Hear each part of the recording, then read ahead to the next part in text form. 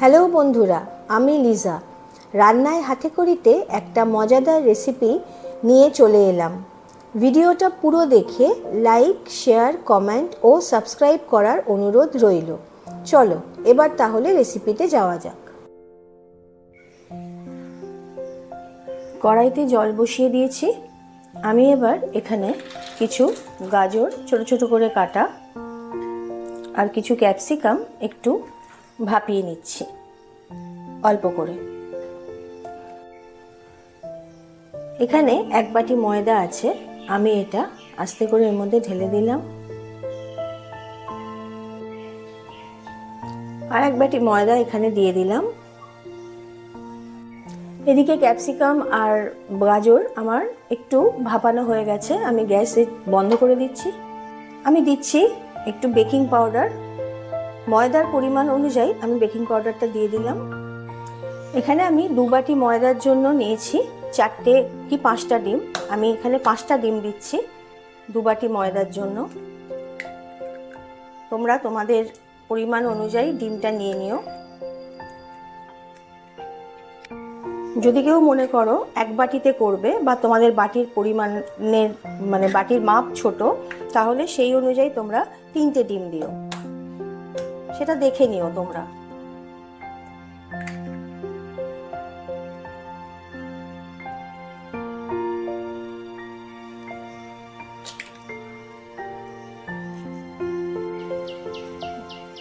এবার এর মধ্যে আমি দিয়ে দিচ্ছি একটু রিফাইন্ড সুগার। এখানে যেহেতু আমি সবজির প্যানকেক করছি ডিম দিয়ে, সেহেতু কিন্তু আমার চিনি বেশি পড়বে না, স্বাদ মতো অল্প একটু দেবে। যাদের প্রয়োজন নেই তারা না দিলেও চলবে। এবার আমি এর মধ্যে পরিমাণ মতো দিয়ে দিচ্ছি দুধ। দুধের কোনো মাপ নেই, তোমরা যেভাবে গুলবে একটু ঠিক ঠিক হবে, একটু মোটা হবে ব্যাটারটা, সেইভাবেই দুধটা দিও। এবার আমি এটাকে ভালোভাবে গুলিয়ে নিচ্ছি। একটা ব্যাটার তৈরি করতে হবে, এর মধ্যেই আমি সমস্ত কিছু আনাজ দিয়ে দেবো। আগে আটা আর দুধ, ডিম এইগুলো ভালোভাবে একটু গুলিয়ে নিই।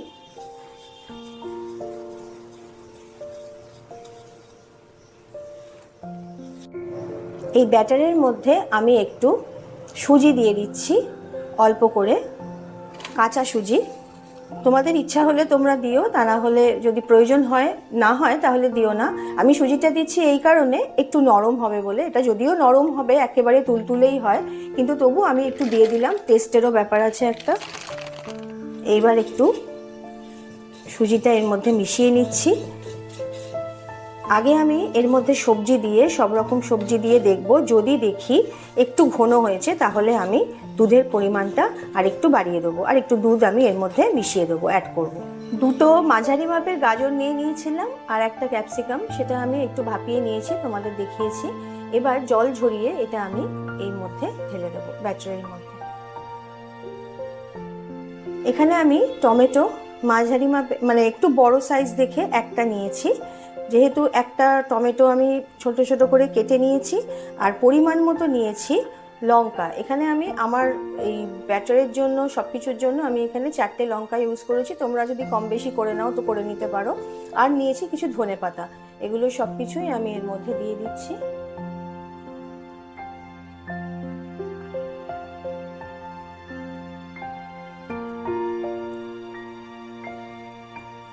দিয়ে দিলাম লঙ্কা আর ধনেপাতাগুলো দিয়ে দিলাম।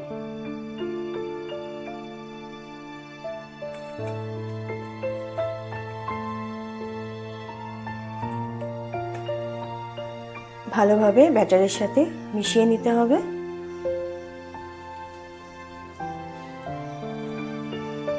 আমি দেখতে পাচ্ছি ব্যাটারটা একটু ঘন হয়ে গেছে, আমি একটু দুধ দিয়ে দেবো।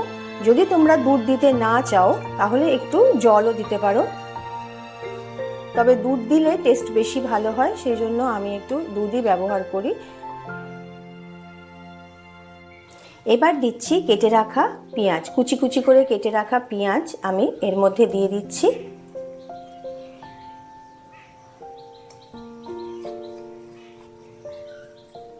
এখানে আমি আমার ব্যাটারের পরিমাণ অনুযায়ী আমি 3টে মাঝারি সাইজের পেঁয়াজ ছোট ছোট করে সরু সরু করে কেটে নিয়েছি।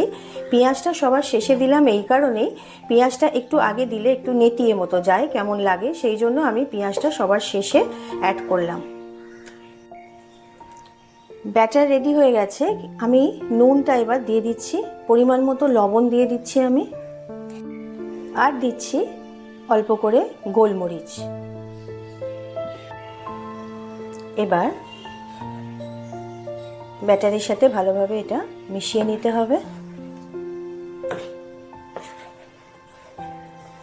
সব কিছু মিশিয়ে আমি এই ব্যাটার এখন 15 মিনিটের জন্য আর কি, মিনিট 15 জন্য রেখে দেব। 5-7 মিনিট পরে আমি এর মধ্যে একটু তেল দিয়ে দিলাম, সাদা তেল বা অলিভ অয়েল। এবার এটাকে ভালোভাবে মিশিয়ে নিয়ে আমি রেডি করব। এবার প্যানকেক করার জন্য যে সরঞ্জাম লাগে সেগুলো আমি রেডি করে নেব। এটা রেখে ভালোভাবে মাখিয়ে নিয়ে গ্যাস ওভেনে আমি ফ্রাই প্যান বসিয়ে দিয়েছি। ফ্রাই প্যানের মধ্যে দিয়ে দিচ্ছি টেবিল চামচের 2 চামচ মতো একটু তেল। তেলটা প্রথম দিকে একটু আমাকে বেশি করে দিতে হবে, কারণ ভালোভাবে মাখিয়ে দিয়ে তারপর যদি আমি ব্যাটারটা ছাড়ি তাহলে গায়ে আটকে যাবে না, সেই জন্য আমি একটু বেশি পরিমাণে তেল দিলাম, যেহেতু প্রথম। ব্যাটারটা এবার দিয়ে দিচ্ছি।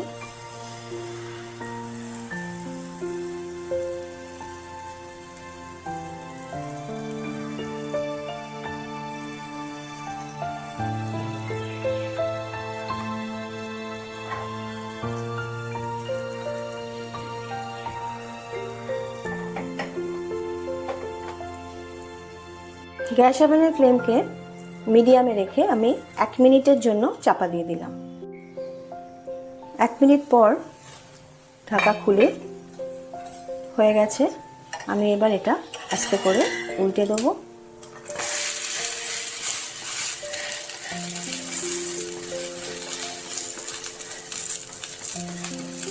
ফ্রাইটা যখন করবে তোমরা, তখন তোমাদের নিজেদের মতন করে করবে। কেউ একটু কড়া খেতে ভালোবাসে ভাজাটা, ফ্রাইটা, আর কেউ একটু আবার হালকা হালকা করে খেতে ভালোবাসে। আমার যেহেতু বাড়িতে 2 ধরনেরই লোকজন আছে খাওয়ার, সেই জন্য আমাকে সব রকম মিশিয়ে করতে হয়। উল্টো পিঠটা ভালোভাবে করে নিয়ে তারপরে আস্তে করে উল্টে দিতে হবে। দেখো, এবার আমি এটা আস্তে করে তুলে দেবো।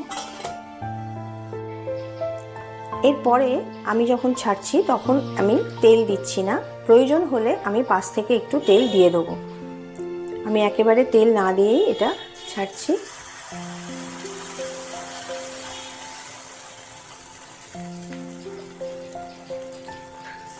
যদি মনে করো তোমরা যে মাঝখানটা উঁচু হয়ে গেছে, প্রথম খোলাতে আমার একটু হয়েছে, আমি সেই জন্য হাতার পেছনটা দিয়ে একটু বসিয়ে দিলাম। আমার আর 2 ধরনের প্যানকেক ডেসক্রিপশন বক্সে দেওয়া থাকবে, আমি আগে করেছি, তোমাদের জন্য ডেসক্রিপশন বক্সে আমি দিয়ে দেবো।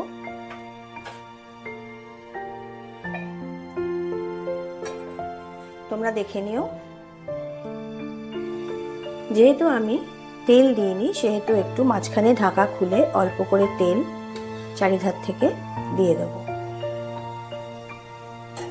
যদি মনে করো তোমরা যে কেউ তেল কম খাবে, তাহলে অল্প করে দেবে 2-1 ফোঁটা। যদি না দাও তাতেও কোনো অসুবিধে হবে না। আবার চাপা দিয়ে দিলাম। 1 মিনিট পর হয়ে গেছে। এবার আস্তে করে আমি এটা উল্টে দেব। এটা কিন্তু তুলনামূলকভাবে একটু কম লাল হয়েছে, দেখো। এটা একটু বুঝে বুঝে করলেই হবে।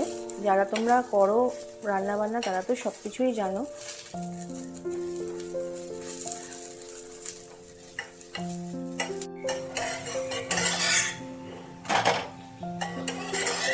সামনেটা লাল হয়ে গেছে।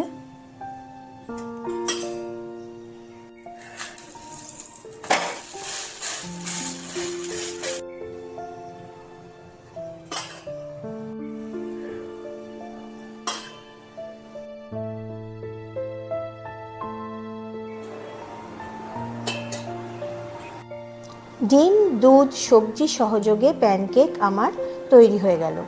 আমি আগের রেসিপিতে তোমাদের সাথে শেয়ার করেছিলাম প্যানকেক আর সুজির প্যানকেক। এই দুই রেসিপির লিংক আমার ডেসক্রিপশন বক্সে দেওয়া আছে। যে সকল নতুন বন্ধুরা আজ আমার চ্যানেল দেখছো, আর আমার সকল বন্ধুদের বলছি রেসিপি দেখে চলে যাওয়ার আগে লাইক, শেয়ার, কমেন্ট ও সাবস্ক্রাইব করে দিও প্লিজ। তাহলে আজকের মতন টাটা।